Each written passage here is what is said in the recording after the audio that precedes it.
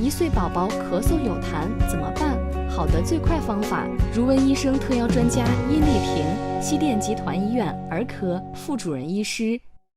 1岁宝宝咳嗽有痰，首先我们要看一下它的时间，比如说是1-2天发生的，还是1-2个礼拜发生的。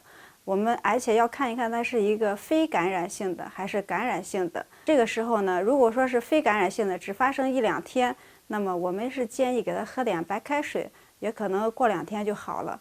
那如果是时间比较长的，或者是伴有感染性的，那我们就要给他进行一个系统的一个治疗。我们首先给他吃一些小儿止咳化痰颗粒的一些药物。